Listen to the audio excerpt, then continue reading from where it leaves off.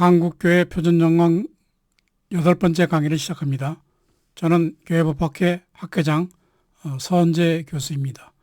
오늘은 지난번에 이어서 제3장 교회 직원 부분을 설명드리겠습니다. 우리 표준정강 강의는 그렇게 크게 7개 부문으로 나눠지죠. 그래서 교회 정관이란 무엇인가, 그다음 총칙, 교인, 그다음 교회 직원, 그다음에 4장 기간회의, 5장 교회 재정과 재정, 6장 보칙과 부칙으로 나눠집니다. 그중에 오늘은 교회 직원을 설명드리겠습니다. 제3장 교회 직원은 14조부터 25조까지 12개 조항으로 구성되어 있는데, 지난번에는 14조, 15조 직원의 정의와 직원의 구분, 항존직, 임시직에 구분을 설명드렸고요. 오늘은 16조와 17조, 즉 목사, 그 직원 중에서 가장 중요한 이 교역자인 목사에 대해서 좀 설명을 드리겠습니다. 목사와 전도사는 그 직분의 특성에 따라서 교역자라고 부른다. 이렇게 해서 우리 항존직 중에서도 그 다음에 이 사역자 중에서도 목사는 특별히 이제 교역자라고 부릅니다. 직원 중에서 체계적인 신학 교육을 받아 설교와 성경 공부, 신앙 지도를 담당하는 성직자를 교역자로 구분합니다. 요거는 이제 신학적 의미에서 구분한 것이고, 실제로 이제 구분의 의미는 직원과 교역자를 구분하는 실질적 이유는 종교인 과세와 관련이 되어 있습니다. 즉 직원 중에서도 보통 우리가 장로, 집사, 권사는 봉사직이죠. 여기는 사례비를 받지 않습니다. 근데 이제 직원 중에서 교역자, 즉 목사나 전도사는 교회로부터 일정한 사례비를 지급을 받게 되죠. 왜냐하면 일반적인 항존직인 집사와 장로는 세속의 다른 직급을 다 갖고서 거기서 자기의 이제 먹고 살 거를 갖다가 다 버니까 문제 없지만, 이 교역자는 이른바 전임 사역자입니다.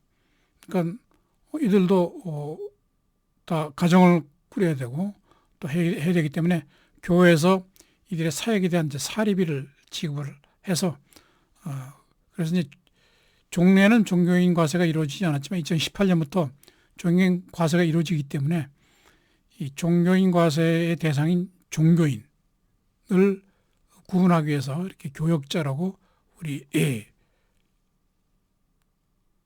표준정관에서는 이렇게 이제 부르게 됩니다.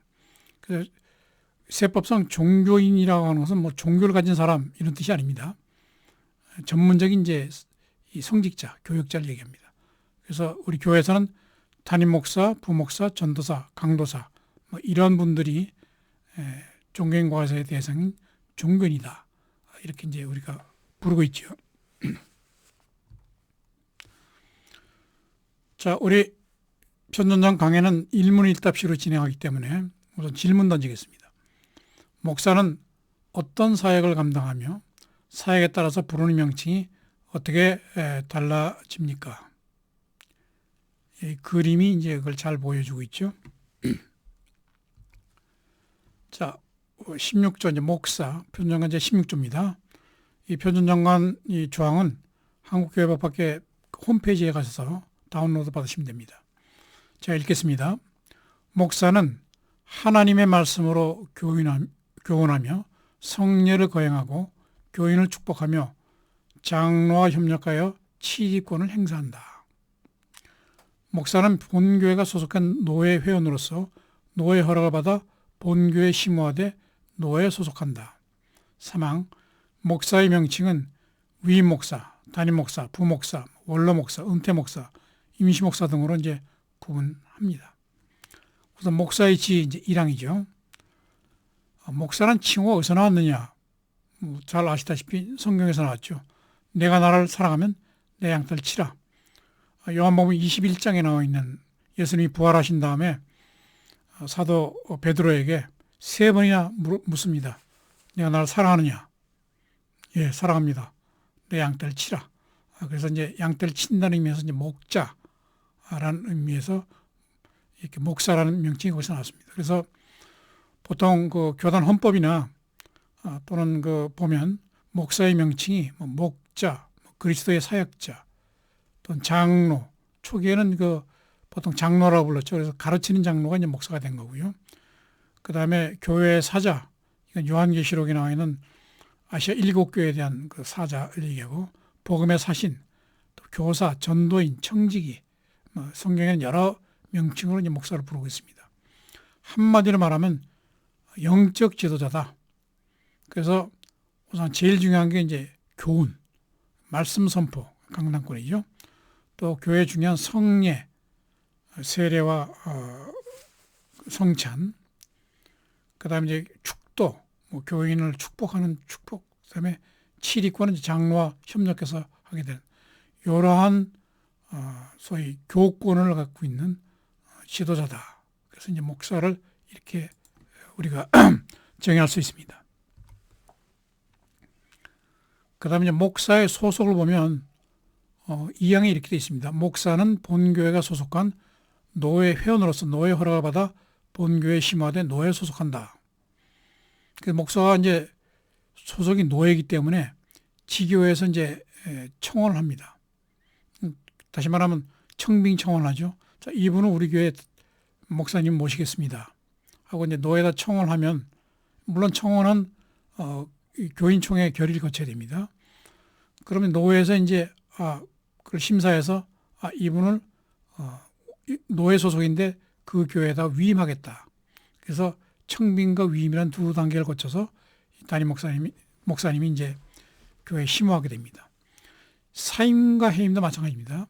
사임도 이제 교회에서 결의를 받아가지고 노예 승인을 받아서 사임하도록 되어 있습니다.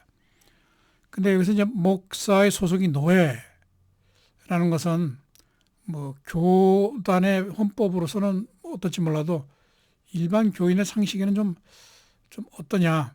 왜냐하면 뭐 부목사는 잘 모르겠지만 담임 목사님 같은 경우는 보통 한 번 교회에 이렇게 청빙받아서 위임 받으면 되게 정년까지 그 교회에서 뭐 10년, 20년 계속 이렇게 심을 하게 되는데, 그분이 소속이 지교회가 아니고 노예다. 이거는 조금 교인의 일반 상식에 좀 잘 맞지 않는다 하는 것은 좀 저는 그렇게 생각을 합니다. 그다음에 이제 목사의 명칭은 아까 여러 가지가 있었죠. 우선 이제 위임 목사와 담임 목사. 위임 목사는 이제 아까 본 대로 지교회 청빙과 노예 위임을 받은 목사다 하는 의미에서 이제 위임. 이건 이제 구약에서 나오는 이제 얘기입니다. 근데 담임 목사는 이제 지교회를 담임한다.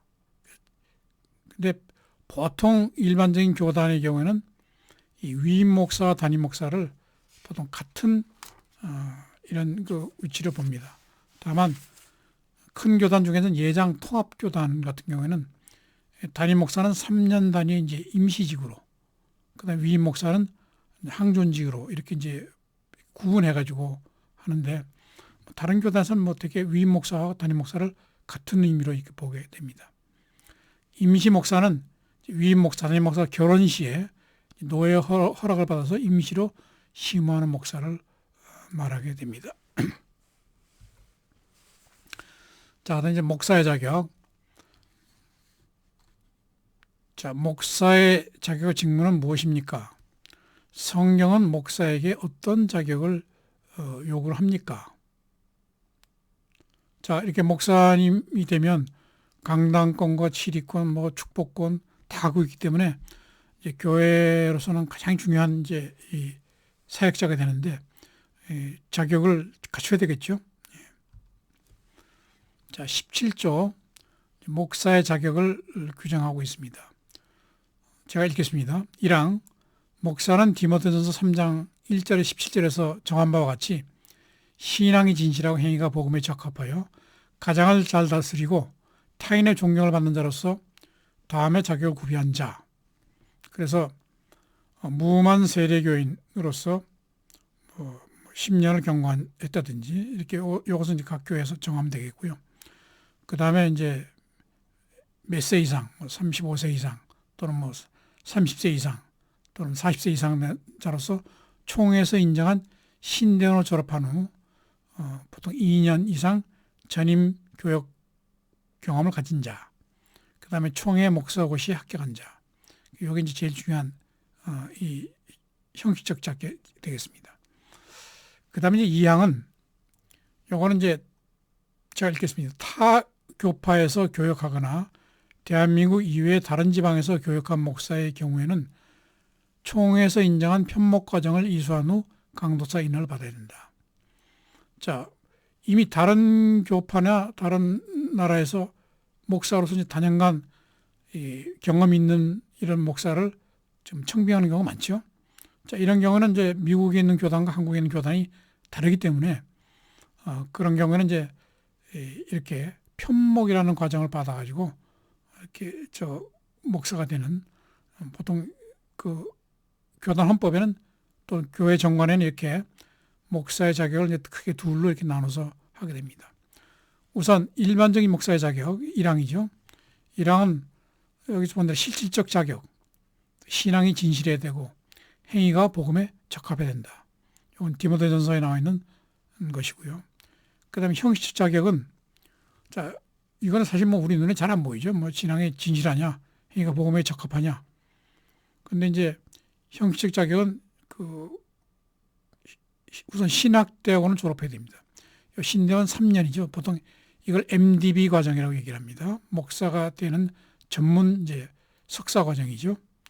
신대원을 졸업하고, 그 다음에 전임 전도사 사역 경력, 이거는 뭐 어떤 교단은 1년, 어떤 교단은 2년, 그 다음에 이제 목사고시를 합격을 해서 이제 안수를 받게 되는, 이게 이제 형식적 자격입니다.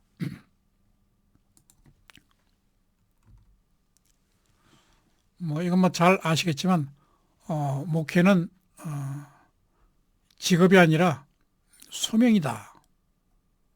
그래서 보통 이제 저도 노회장이기 때문에 목사 이제 안수를 많이 하는데요. 그 이제 보통 이렇게 목사는 3방을 잘해야 되고 3심을 해야 된다. 이 3방이란 뭐냐면 우선 교인을 잘 관리하기 위해서 신방을 해야 되고요. 또 하나님께 골방에 들어서 기도해야 되고, 그 다음에 책방, 이제 많은 그 성경을 비롯해서 많은 목회에 도움이 되는 이런 서적들을 많이 읽어야 됩니다. 사실 이거 잘 안 하는 목사님이 많죠. 그래서 요 3방을 해야 되고, 그 다음에 3심, 3가지 조심해야 된다. 말 조심해야 되고, 또 이성 조심해야 되고, 돈 조심해라. 뭐 이것만 하면 목사로서 우리 충분히 성공할 수 있다. 이렇게 얘기합니다. 그래서 목사는 주님의 부르심에 응하는 소명자로서의 자세를 가져야 되고요. 그러니까 목사가 무슨 권력이나 또는 금품을 이렇게 탐하는, 그렇게 해서는 안 되고요. 그 다음에 목사는 주님의 양떼를 맡아 기르는 청지기이다. 이 청지기란 말이 이제 상당히 중요한데요. 다시 한번 네가 주인이 돼서는 안 된다. 그 얘기입니다. 항상 우리 교회 교인은 뭐 몇천 명, 내가 전도에 세웠다. 여기에서 이제 목사님이 많이 무너지죠. 아무리 자기 수고로 했다고 하더라도 기본적으로 목사는 주님이 맡겨주신 양떼를 맡아 기르는 청지기일 뿐입니다. 그 다음에 목사는 목회 사역을 감당할 수 있는 전문직으로서의 훈련과 경험을 갖춰야 된다. 다시 말하면 신대원 3년, 보통 일반 대학 4년에다 신대원 3년을 거쳐서 훈련을 받고, 또 그것뿐만 아니고 늘 기도와 그 다음에 많은 어떤 독서를 통해서 이렇게 전문직으로서 훈련을 갖춰야 됩니다. 왜냐하면 목사의 가장 중요한 게 이제 설교인데요. 사실 뭐 종례는 교인들이 뭐 잘 이렇게 모르기 때문에 설교 뭐 이렇게 좀 대충 해도 되는데, 제가 목사가 돼 보니까 참 설교라는 게 너무 어렵다. 왜냐하면 앉아 있는 청중들이 어떻게 보면 정모나 어떤 전문직에서 목사보다 훨씬 위에 있는 사람이 많습니다. 그런 사람들 상대로 해가지고 하나님의 말씀을 감동 있게 전하려면 정말 부단히 노력을 해야 된다. 그래서 맡은 자들에게 구할 것은 충성이다 하는 고린도전서 말씀이 점점 더 저에게 다가오고 있습니다. 자, 이제 목사의 자격. 담임 목사님의 목사 자격에 관한 분쟁은 어디에서 판단해야 합니까? 이제 목사 자격에 관한 분쟁이 많습니다. 그 다음에 이제 미국에서 사역하던 목사님을 담임 목사로 청빙한 경우는 어떠합니까? 우리 그 큰 교회들은 대개 미국에서 이렇게 또는 외국에서 성공한 사역자들을 많이 청빙을 하죠. 이런 경우 이제 그 자격 판단이 이제 문제가 되겠습니다. 그래서 두 사례를 오늘 설명을 드리겠습니다. 우선 목사 자격에 관한 지교회 교단 간의 분쟁. 자, 이건 통합교단인데요. 이 교단은 담임 목사가 되려면 신대원 졸업하고 나서 2년간 전임전도 사역을 해야 되는데 이번에 이제 미국서 이 교회 목사님 미국서 청빙을 해왔어요. 근데 이제 이 목사님이 미국서 가만히 보니까 전도사 사역을 한 게 아니고 그냥 찬양대 사역을 했다. 나중에 이제 그게 밝혀져 가지고 교단 총회에서 교단 그 재판국에서 이 목사님은 우리 교단의 목사로서 형식적 자격을 구비하지 못했다. 우선 이제 그 청빙 그 승인 무효 판결을 했습니다. 그래서 이 목사님이 총회 재판국을 상대로 해가지고 야 이건 부당하다 하고 이제 법원에 소송을 제기했습니다. 여기서 법원이 이렇게 판단했습니다. 교단은 목사의 자격 요건을 정하며 소속 지교회를 지휘 감독하는 기능을 수행한다. 교단이 각 지교회의 자율권을 제한 없이 인정하면 해당 교단의 고유한 특성과 교단 내에서의 종교적 질서 유지라는 교단의 존립 목적 달성이 곤란하게 된다. 지교회가 특정 교단에 소속하는 것은 그 교단의 지휘 감독을 수행하겠다 하는 이제 의사 표현이므로 소속 교단 내에서 지교회 종교적 자율권이 제한되는 경우 지교회에서는 교단 내부의 절차에 따라서 문제를 해결된다. 따라서 이분이 그 교단 소속의 목회자로서 자격이 있느냐 없느냐 하는 것은 그 교단에서 최종적으로 판단한다. 지교회는 따라갈 수밖에 없다. 이렇게 이제 판단했습니다. 그 다음에 다른 교단 목사의 자격인데요. 이것도 이제 괄호를 쳐놨죠. 이거는 뭐 각 교회에 따라서 이제 채택해도 채택하지 않습니다. 다른 교파에서 교역하거나 그럼 외국에서 교역한 목사의 경우에는 총회에서 인정한 편목 과정을 이수한 후 강도사 인하를 받아. 다시 말하면 새로 목사 과정을 하고 또 목사 안수를 받아야 되는 게 아니고 그냥 편목 과정을 인수한 다음에 강도사 인하를 받아야 된다. 이 편목이라고 하는 것은 목사가 다른 교단에 가입할 경우 받아야 될 소정의 교육과 강도사 인을 얘기합니다. 이거 보통 그 교단 소속의 그 신학교에서 정규 목회 과정 외에 편목 과정이라는 것을 해서 보통 1년 또 어떤 경우에는 어떤 교단의 경우는 이것을 아주 줄여가지고 한 4주 정도로 해서 아주 집중해서 편목 과정을 하는 경우도 많죠. 이 편목 과정도 이제 목사의 자격에 관한 분쟁이기 때문에 사실 이 편목을 통해서 교단 목사가 된 사람이 자격이 있느냐 없느냐 하는 것은 그 교회와 교단의 결정을 이제 존중해야 되는데 대법원에서 2017년 사건이죠. 뭐 어느 교회라고 얘기했겠죠. 사랑의 교회 그 담임 목사 경우에 교단이 이분은 편목을 다 했다. 또 그 교회에서도 편목을 다 해서 목사 자격을 이제 인정했는데 또 불구하고 일부 교인들이 목사 자격을 부인하는 소송을 제기했는데 이분은 목사 자격이 없다. 이렇게 판결함으로써 이제 이 세속 법원이 교회의 주권을 침해했다는 비난을 받고 있습니다. 자, 요 사례를 한번 보죠. 그 A교회, 사랑의 교회입니다. 사랑의 교회는 이제 합동교단의 소속인데요. 그 미국에서 17년간 목회하던 그 오정현 목사님을 이제 위임 목사로 청빙했고요. 노회에서도 청빙 승인을 결의했습니다.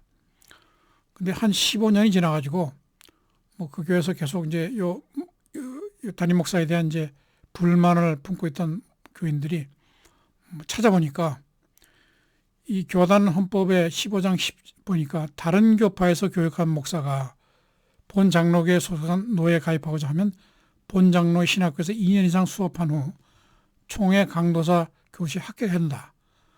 이거 안 했다. 이래가지고 이제 그분은 이 합동교단의 목사가 아니고 따라서 합동교단에 소속된 사랑의 교회 목사가 될 수가 없다 하고 소송을 이제 제기를 했습니다. 그래서 이 소송에서 요 소송을 제기했던 이분이 졌습니다. 갑이 졌어요. 갑이 졌던 이유는 법원에서 이렇게 판단했습니다. 목사 자격 있느냐 없느냐 그것은 그 교단과 교회가 결정해야 될 가장 중요한 문제다. 그래서 일반 세속 법원에서는 여기에 대해서 개입해서는 안 된다 하고서 기각을 해버렸습니다. 근데 대법원에 올라와서 이게 뒤집어졌어요. 대법원의 판결 요지를 보겠습니다. 이 을 목사가 2002년 총신대학교 신대원 연구과정에 편입하면서 일반 편입과 편목 편입 중 일반 편입을 한 것으로 보는 것이 합리적이다. 을 목사가 목사 후보생 자격으로 일반 편입을 하였다면 연구과정을 졸업한 후 강도서 인을 받았다고 하더라도 교단 노회 목사 고시 합격해서 목사를 받지 아니하면 교단 헌법에서 정하는 목사역을 갖췄다고 볼 수 없다. 그래서 다시 앞으로 돌아가 보면 지금 이 주장입니다. 이 사랑의 교회는 이제 노회, 즉 교단 주장은 뭐냐면 이분이 이제 미국 목사였는데 편목 과정을 거쳐가지고 편목 과정을 거치면 따로 이제 목사 무슨 고시나 안수를 받을 필요 없이 그냥 그 강도사 고시를 봐가지고 강도사면 바로 한국 목사가 됩니다. 근데 대법원은 뭐라고 했냐면 이분의 편목 과정과 일반 편입 과정이 있는데 이분은 일반 편입 과정을 했다. 그러니까 미국 목사라는 목사 자격을 포기를 하고 이제 일반 다시 말하면 목사 아닌 사람으로서 이제 편입을 했다. 그래서 그 사람은 이제 전도사 으로서 왜냐하면 목사가 아닌 사람이 이제 신학교 들어가면 전도사죠.